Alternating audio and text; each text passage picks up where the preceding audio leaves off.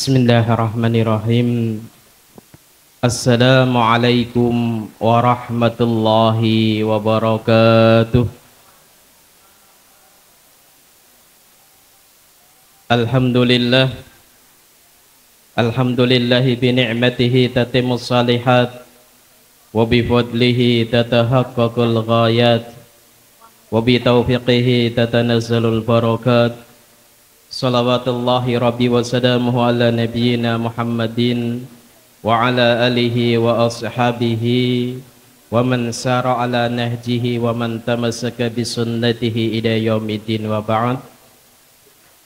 Yang terhormat dan sama-sama kita hormati pengurus Yayasan Al-Ummah Kota Pekalongan, yang sama-sama kita hormati Kepala Sekolah SDIT Ulul Albab Kota Pekalongan, Bapak Ibu, Ayah Bunda, hadirin wal hadirat yang berbahagia. Syukur alhamdulillah di kesempatan kali ini panjenengan semuanya bisa menghadiri satu acara yang luar biasa, acara yang menggembirakan buat semuanya, nggih. Nggak ada yang susah, nggih. Gembira semua, nggih, hari ini. Alhamdulillah, ya.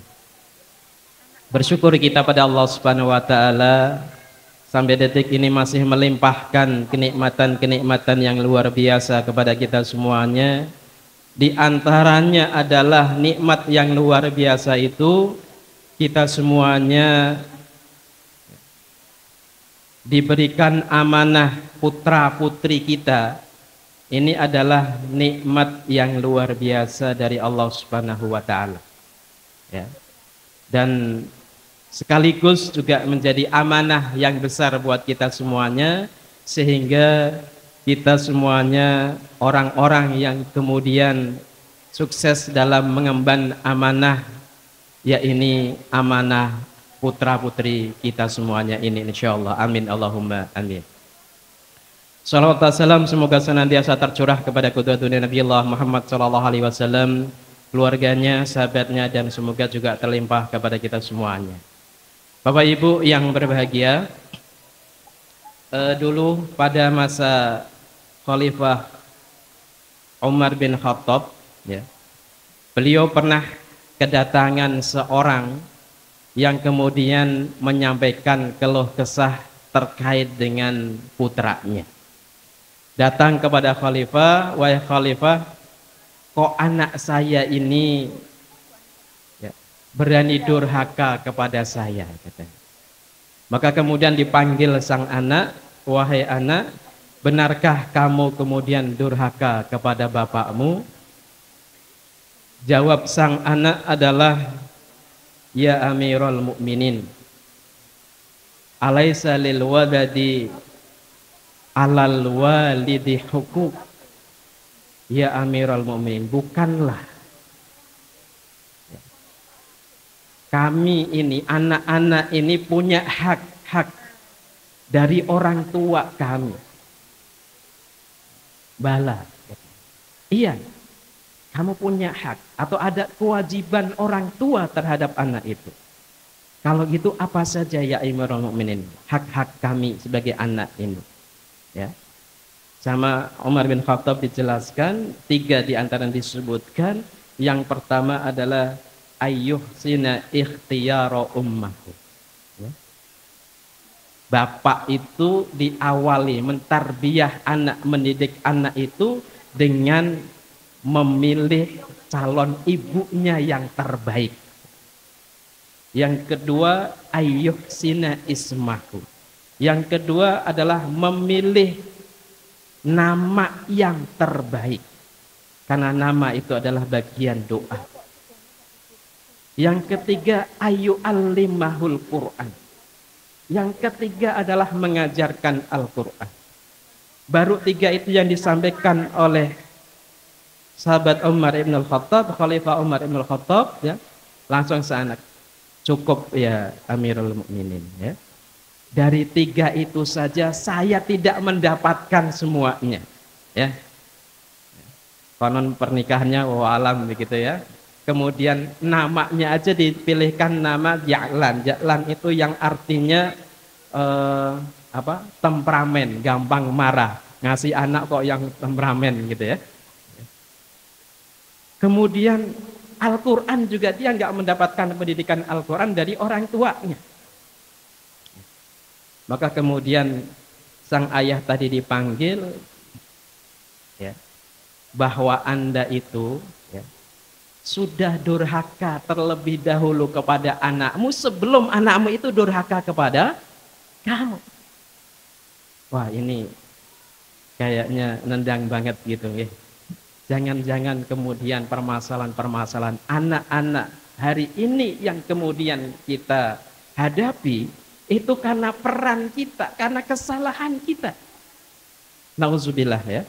Maka dari itu bagi kita semuanya ya, Bapak Ibu yang hari ini kemudian kemarin anak-anak dititipkan ya, yang anak-anak kemudian diasuh sama guru-gurunya, ustadz-ustadzahnya yang ada di SDIT, hari ini kemudian dikembalikan lagi kepada panjenengan, kemudian ayo kita koreksi bersama. Sudahkah kita kemudian memberikan yang terbaik buat anak-anak kita? Ya. Tidak kita kemudian titip, kalau orang Jawa itu ada istilahnya pasrah bongkoan kepada sekolah, yang penting kemudian jadi nanti. Enggak. Ya. Bahwa tadi disampaikan sama ketua yayasan, pendidikan itu kemudian menjadi tanggung jawab yang luar biasa bagi orang tua. Dan kita sadar dan kita meyakini sebagaimana satu makalah yang pernah disampaikan oleh Abdullah Rafiq As-Suwaidi, beliau menyampaikan bahwa tarbiyatul abna'i a'zamu ibadatul aba. Tarbiyah buat anak-anak itu ternyata ibadah yang paling mulia, ibadah terbaik bagi seorang tua. Ini harus menjadi perhatian kita. Jadi ibadahnya orang tua yang punya anak-anak itu, yang paling utamanya adalah mentarbiyah anak. Mentarbiyah anak. Kenapa? Karena kita semuanya punya satu impian yang sama tentunya. Kalau impian dunia mungkin beda-beda tadi, sebagaimana anak-anak kita juga punya cita-cita yang luar biasa, tidak ada yang sama satu dengan yang lainnya. Tapi kalau kemudian cita-cita kita di akhirat, insya Allah sama. Sebagaimana ayat Allah Subhanahu wa taala, ya. Walladzina amanu wattaba'atuhum dzurriyyatuhum biimanin alhaqna bihim dzurriyyatahum. Orang-orang yang beriman, kita semuanya orang tua ini ya, yang kemudian ternyata bisa kita menghadirkan, bisa kita membersamai, bisa kita kemudian mendidik anak-anak kita. Dan anak-anak kita juga menjadi anak-anak yang beriman, anak-anak yang soleh-solehah. Itulah yang kemudian alhaqna bihim dzurriyyatahum, yang kelak di akhirat akan dikumpulkan kembali. Kumpulnya di mana kira-kira? Di surganya Allah Subhanahu wa taala. Insyaallah sekali lagi, kalau urusan dunia mungkin beda-beda, tapi kalau untuk akhirat insyaallah sama nggih. Surganya Allah Subhanahu wa taala. Makanya tadi, ibadah yang begitu mulia bagi orang tua adalah mengantarkan putra-putrinya menjadi putra-putri yang soleh dan solehah, karena kapling di surga itu sudah dipersiapkan untuk keluarga soleh solehah di dunia ini, nanti dipertemukan kembali keluarga yang soleh solehah di surganya Allah Subhanahu wa taala. Amin Allahumma amin. Maka walaupun capek, walaupun kadang-kadang ada kesal, walaupun kadang-kadang ada lelah dan sebagainya, sudah abaikan itu. Tetap jalani terus. Yang terpenting adalah bagaimana kemudian kita ngawal betul buat anak-anak kita, anak-anak yang soleh dan solehah. Profesinya apapun monggo di dunia ini, tetapi pastikan. Apalagi adalah masa-masa ini yang kemudian ya, perpindahan Ini kan menginjak remaja kemudian sampai dengan nanti masa-masa muda. Ya. Dalam kitab Tarbiyatus Syabab, pendidikan buat anak-anak muda, masa-masa yang sekarang ini konsentrasi kita itu buat anak-anak kita di dua hal. Ya. Dua hal saja. Tadi Pak Ari menjelaskan panjang lebar itu tentang fase-fase anak-anak gitu ya. Masa-masa sekarang ini Pak Bu, antara SMP SMA, fokus kita di dua hal saja. Apa yang pertama? Tentang ibadah. Pastikan kemudian ibadah yang sudah ditanamkan, yang sudah diajari di SDIT, bagaimana tata cara wudhu yang benar, bagaimana tata cara sholat yang benar, itu kemudian dilaksanakan dalam kesehariannya. Tidak ada kemudian ibadah-ibadah yang wajib itu tertinggal. Memastikan sebagai orang tua. Saya sudah, anak saya ditempatkan di yang terbaik, pesantren terbaik dengan peraturan seketat mungkin. Ya. Kemarin saya diskusi, ada orang yang kemudian ngeluh juga, gimana ya, di pesantren itu sudah luar biasa, peraturannya ketat banget, ya. Tetapi kok anak saya kayaknya belum sesuai dengan harapan. Nggak ada jaminan, Pak, Bu, ya. Maka yang terpenting bagi kita ngawal terus, memastikan terus. Bagaimana kemudian di tempat manapun dia, sekalipun tidak di pesantren, mungkin di sekolah umum, asalkan kemudian terpantau oleh kita. Oh, itu yang pertama. Yang kedua, konsen kita anak-anak remaja seperti ini, memastikan dia tahu tentang fiqhul aulawiyat, tentang prioritas, Pak. Kalau sudah ibadah, yang kedua adalah tentang prioritas. Insya Allah katanya kalau tahu dua hal itu aman anak-anak kita, ya.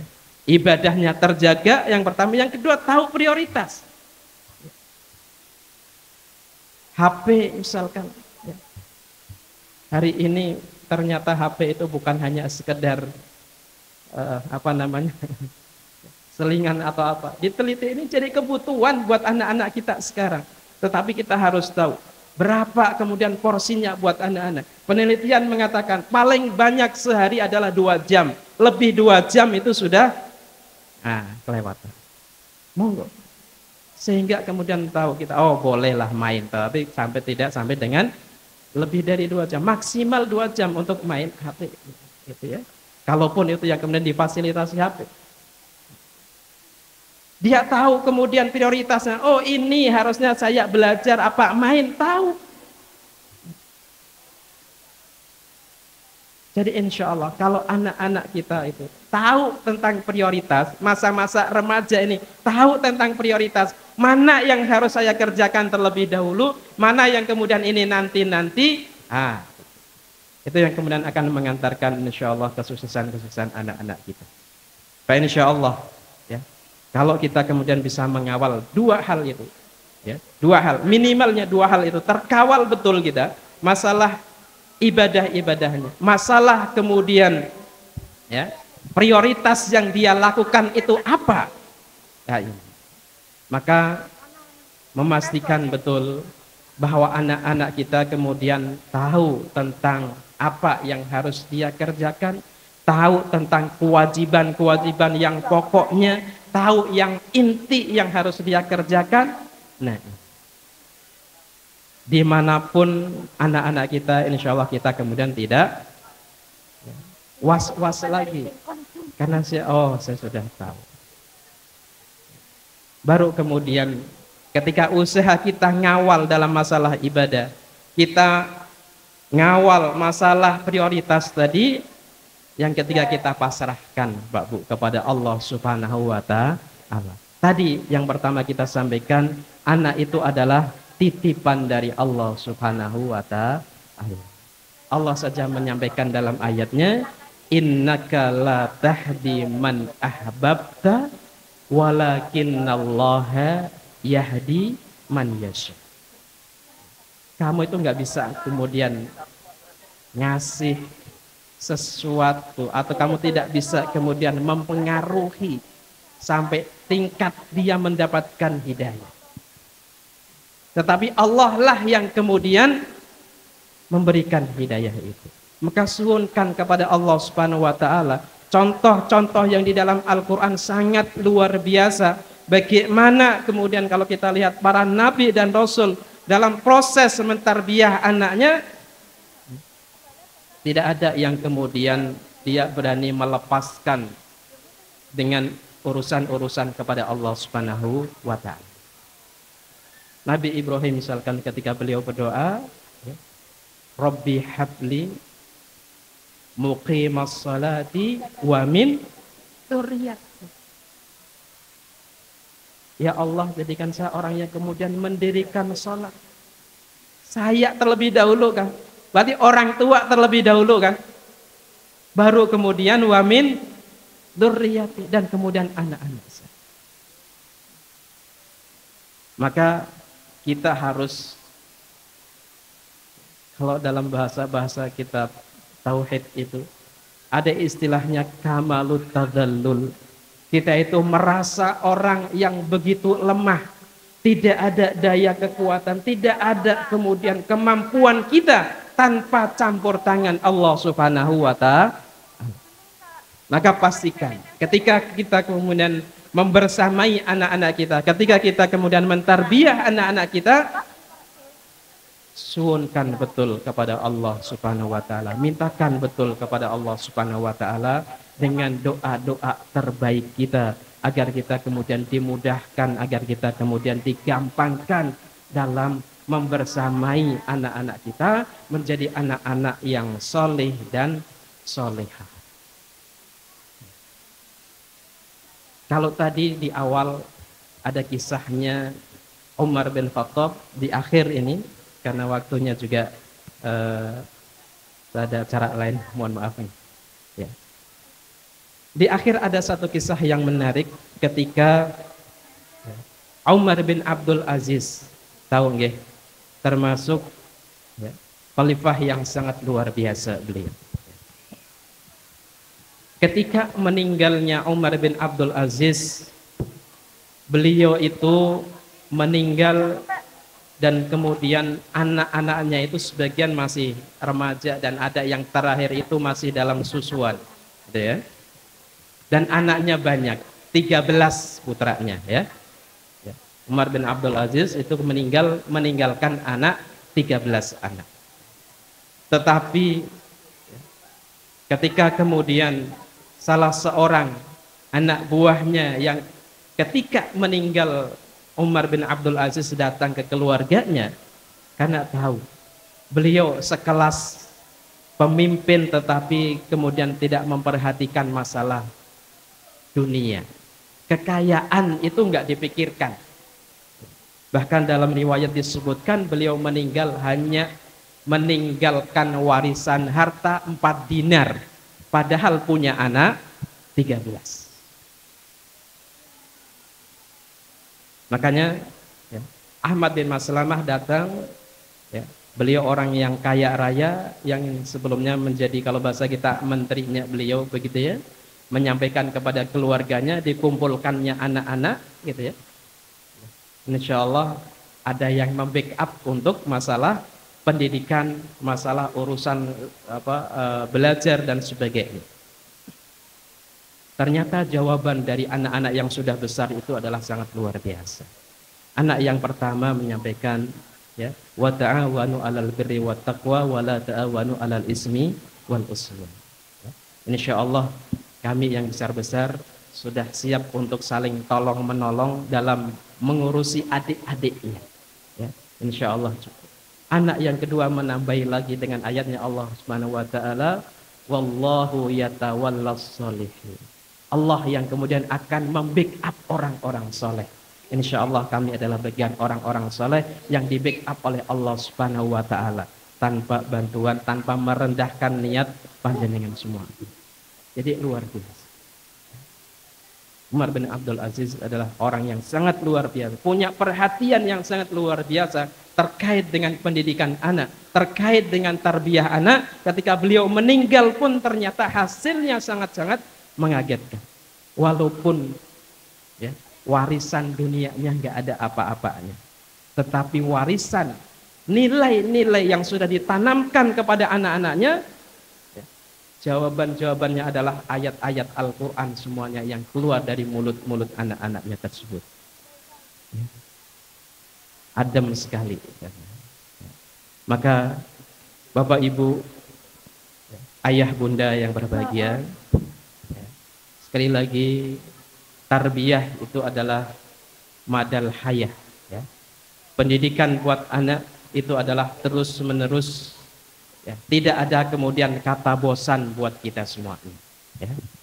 Semangat terus kita mendampingi putra putri kita, semangat terus kita kemudian mengasih contoh-contoh yang terbaik buat putra putri kita, karena tadi anak adalah amanah bagi kita semuanya.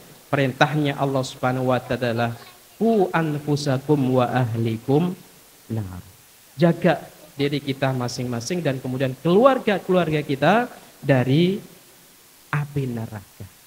Dan kita insya Allah tadi cita-citanya sama, yaitu berkumpul kita di dunia ini, keluarga-keluarga yang ada di dunia ini, insya Allah itulah yang kemudian akan menjadi keluarga-keluarga kita di akhirat kelak insya Allah. Asalkan kita siap mentarbiyah putra-putri kita menjadi putra-putri yang soleh dan solehah, ya. Dan insya Allah itu janji Allah Subhanahu wa taala sebuah kepastian. Ya. Demikian barangkali yang bisa kita sampaikan pada kesempatan kali ini. Mudah-mudahan menjadi penyemangat terus buat kita semuanya, ya, dalam mendampingi putra-putri kita, karena tadi disampaikan bahwa yang namanya tarbiyatul abna, pendidikan anak itu adalah a'zamul ibadatil a'ba, menjadi ibadah yang a'zam, ibadah yang luar biasa. Ibadah terbesar orang tua adalah pendidikan terhadap anak-anaknya. Mudah-mudahan ada hikmah manfaatnya. Aqulu qouli hadza fa astaghfirullah li wa lakum. Assalamualaikum warahmatullahi wabarakatuh.